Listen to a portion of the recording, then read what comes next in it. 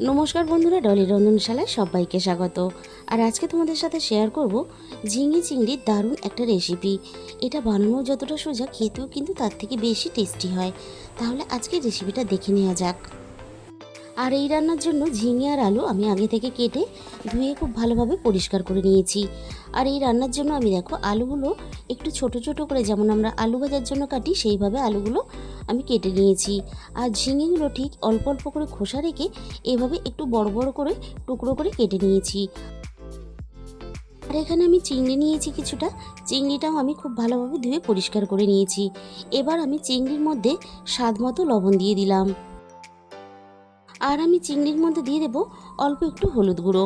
এবার আমি সমস্ত চিংড়িগুলো হাত দিয়ে খুব ভালোভাবে লবণ আর হলুদ মেখে একটা সাইডে আমি রেখে দেব। তাহলে রান্নার দিকে যাওয়া যাক। প্রথমে আমি কড়াইয়ের মধ্যে পরিমাণ মতো সর্ষের তেল দিয়ে দিলাম। সর্ষের তেলটা খুব ভালোভাবে গরম হতে হলুদ আর লবণ মাখানো চিংড়িগুলো আমি তেলের মধ্যে দিয়ে দিলাম। চিংড়িগুলো এবার খুব ভালোভাবে নাড়াচাড়া করে আমি হাই হিটে ভেজে নেব। চিংড়ি ভাজার সময় লো ফ্লেমে ভাজলে তাহলে চিংড়ি থেকে প্রচুর পরিমাণে জল বেরোতে শুরু করবে। আর চিংড়ির মাথা থেকে চিংড়ির ঘিটা বেরিয়ে গিয়ে কড়াইয়ের মধ্যে আটকে গিয়ে চিংড়িটা ভেঙেও যেতে পারে। তাই গ্যাসের ফ্লেমটা হাইতে দিয়ে ঝটপট চিংড়িগুলোকে ভেজে নিতে হবে। আর যেহেতু চিংড়ির গায়ে খোসা আছে, তাই চিংড়িগুলো আমি আরও একটু ভাজা হতে দেব। 6 থেকে 7 মিনিটের মতন হাই হিটে আমি চিংড়িগুলো খুব সুন্দর করে লালচে করে ভেজে নিয়েছি। এবার আমি সমস্ত চিংড়িগুলো তেলে থেকে ছেঁকে তুলে নেব। সমস্ত চিংড়িগুলো আমি কড়াই থেকে তুলে নেওয়ার পরে ওই একই তেলের মধ্যে আমি ফোড়নে দিয়ে দিলাম অল্প একটু গোটা জিরে। প্রথমে আমি কেটে রাখা আলুগুলো তেলের মধ্যে দিয়ে দেব। সমস্ত কেটে রাখা আলুগুলো আমি তেলের মধ্যে দিয়ে দিলাম। এবারে আমি ফোড়নের সাথে আলুগুলো কয়েক মিনিট নাড়াচাড়া করে একটু ভেজে নেব। আলুগুলো নাড়াচাড়া করে বেশ আমি লালচে করে ভেজে নিয়েছি। এবার আমি এখানে আলুর সাথেই দিয়ে দেব আগে থেকে একটা মাঝারি সাইজের পেঁয়াজ আমি ছোট ছোট করে কেটে রেখেছিলাম। সেই পেঁয়াজ কুচিটা আমি আলুর সাথে দিয়ে দিলাম। এবার আলু আর পেঁয়াজ একসাথেই আমি নাড়াচাড়া করে পেঁয়াজটা আমি একটু নরম করে ভেজে নেওয়ার পরে এখানে আমি দুটো ঝালের জন্য চেরা কাঁচা লঙ্কা কুচি দিয়ে দিলাম। আবারও আমি সব কিছু একসাথে নাড়াচাড়া করে একটু ভেজে নেব। আর এই রান্নাতে একটু অল্প কাঁচা লঙ্কা কুচি দেওয়ার চেষ্টা করবে। তবে যদি না থাকে হাতের কাছে তাহলে দেওয়ার প্রয়োজন নেই। তবে একটু কাঁচা লঙ্কা কুচি দিলে ঝালের জন্য তাহলে রান্নার স্বাদ ও গন্ধ দুটোই বেশ ভালো হয়। সব কিছু একসাথে নাড়াচাড়া করে ভেজে নিয়ে আমি এখানে কেটে রাখা সমস্ত ঝিঙেগুলো আমি দিয়ে দিলাম। গ্যাসের ফ্লেমটা মিডিয়াম রেখে আমি ঝিঙে আর আলুগুলো আবারও একসাথে নাড়াচাড়া করে ভেজে নেব। মিনিট 2 মতো আমি ঝিঙে আর আলু একসাথে নাড়াচাড়া করে ভেজে নিয়ে এবার আমি এখানে স্বাদ মতো লবণ দিয়ে দিলাম।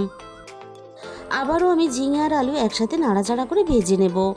ঝিঙেগুলো এরকম একটু বড় বড় টুকরো করে কেটে নেবে, তাহলে দেখতেও ভালো লাগবে রান্নার পরে, আর খেতেও ভালো লাগবে। এটা একটু নরম হওয়ার জন্য মিনিট 2 মতো আমি এখানে ঢাকা দিয়ে দিলাম। এই ফাঁকে আমি একটা মশলা বানিয়ে নেব। এর জন্য আমি একটা ছোট বাটি নিয়েছি।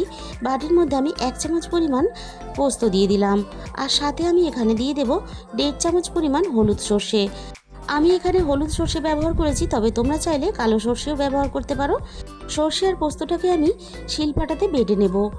আবারও আমি রান্নার দিকে চলে এলাম। কড়াইয়ের ঢাকা খুলে আমি এবার দেখে নেব।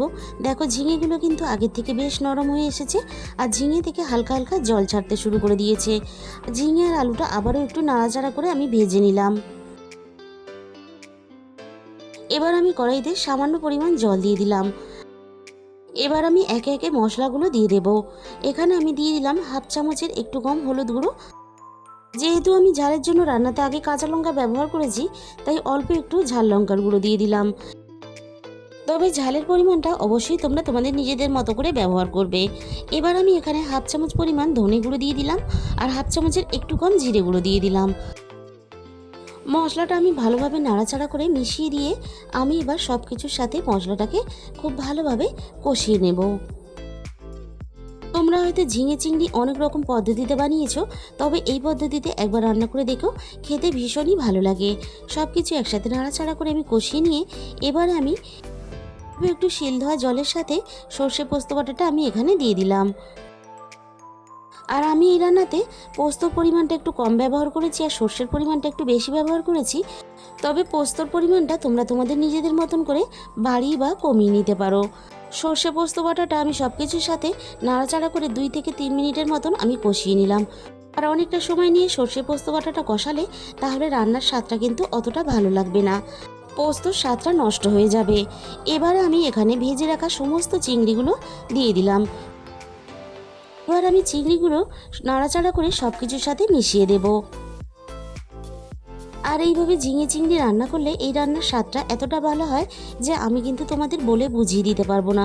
তোমরা যখন নিজেরা রান্না করবে তখনই তোমরা বুঝতে পারবে এইভাবে রান্না করলে এর স্বাদটা কতটা ভালো হয়। আলু, ঝিঙে, চিংড়ি সব কিছু খুব ভালোভাবে সিদ্ধ হওয়ার জন্য এখানে আমি জল দিয়ে দিলাম। জলের সাথে নাড়াচাড়া করে আমি সব কিছু একসাথে মিশিয়ে দিলাম। তবে এই রান্নাটা কিন্তু আমি খুব বেশি ঝোল ঝোল করবো না, একটু মাখা মাখা করব। তবে তোমরা যদি ঝোল রাখতে চাও তাহলে সেই পরিমাণ হিসাবে জলটা এখানে ব্যবহার করবে। সব কিছু সিদ্ধ হওয়ার জন্য আমি এখানে ঢাকা দিয়ে দিলাম। মিনিট 15 পরে আমি ঢাকা খুলে দেখে নেব। দেখো আগের থেকে ঝোলটা অনেকটা কমে গেছে। আর আবারও আমি একটু নাড়াচাড়া করে দেব। আর ঝিঙেগুলো একটু বড় বড় করে কাটলে দেখো ঝিঙেগুলো কিন্তু খুব ভালোভাবে সিদ্ধ হয়ে গেছে, আবার বেশ গোটা গোটা আছে। এরকম করে রান্না করলে কিন্তু খেতেও বেশ ভালো লাগবে। তাহলে বন্ধুরা আজকে রেসিপিটা ভালো লাগলে নিজেদের বন্ধুদের মধ্যে প্রচুর প্রচুর শেয়ার করো। আর চ্যানেলে যে সমস্ত নতুন বন্ধুরা এখনও পর্যন্ত আমার চ্যানেলটাকে সাবস্ক্রাইব করনি, চ্যানেলটাকে সাবস্ক্রাইব করে পাশে থাকা বেল আইকনটা অল করে দিও। তাহলে যখনই আমি কোনো নতুন রেসিপি আপলোড করব সবার আগে তোমার কাছে পৌঁছে যাবে। আজকে তাহলে এই পর্যন্ত। রেসিপিটা শেষ পর্যন্ত দেখার জন্য তোমাদের সবাইকে অসংখ্য ধন্যবাদ।